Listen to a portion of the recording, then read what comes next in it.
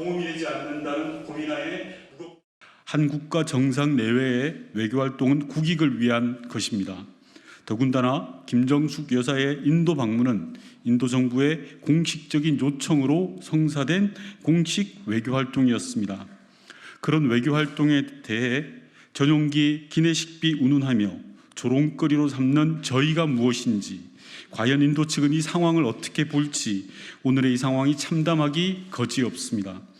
인도 정부와 모디 총리에게 사과 말씀드립니다. 양국 관계 발전을 위한 인도 측의 선의가 이렇게 폄하되는 것에 대해 드릴 말씀이 없습니다. 국민 여러분께 다시 한번 말씀드립니다.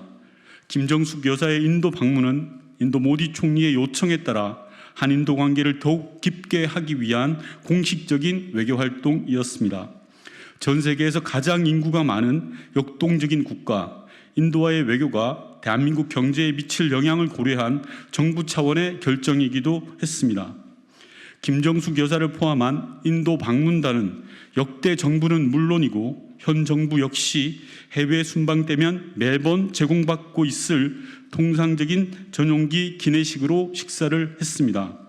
그러나 국민의힘의 명확한 근거도 없이 김정숙 여사가 마치 호화로운 식사라도 한 것처럼 냄새를 풍기며 극악스러운 마타도를 하고 있습니다.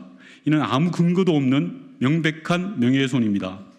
이에 김정숙 여사는 관련된 사람들에 대한 법적 조치를 취하기로 했다는 것을 밝힙니다. 아무리 전임 대통령의 배우자가 공적 지위에 있다 하더라도 이 같은 가짜 뉴스를 더 이상 묵과하는 것은 우리 사회와 정치 발전에 도움이 되지 않는다는 고민하에 무겁게 내린 결정입니다. 대통령 배우자의 정상외교 활동과 관련하여 근거 없는 악의적 공세를 하고 있는 관련자를 정식으로 고소할 예정입니다. 고소장은 조만간 제출할 예정이며 수사기관이 법과 원칙에 맞게 엄정하게 조사해 줄 것을 요청합니다. 윤석열 대통령실 또한 발장 끼고 이 사태를 방관하고 있어서는 안 됩니다. 김건희 여사를 지키기 위해 벌이는 이 소란의 부메랑은 결국 자신들에게 돌아갈 것입니다.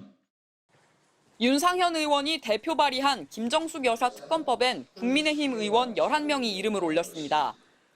김정숙 여사의 2018년 인도 방문 과정은 물론 특수활동비 사용과 단골 디자이너 딸 채용 등 영부인 시절 의혹을 묶어 종합특검이라는 이름을 붙였습니다. 특히 김 여사의 인도 방문에 36명 기내식 4끼 비용으로 6,200여만 원이 쓰였다며 국정농단이라고 공세를 폈습니다. 대통령 재임 중 배우자 비위와 관련된 유사 사건의 재발을 방지하기 위해서입니다. 모든 국민은 법 앞에 예외일 수 없습니다. 명품 가방 수수를 빼면 김건희 여사 의혹은 대부분 대통령과 결혼 전의 일이라면서 김정숙 여사 의혹은 권력형 비리 냄새가 난다고도 주장했습니다. 민주당은 즉각 저질 정치 공세라고 맹비난했습니다.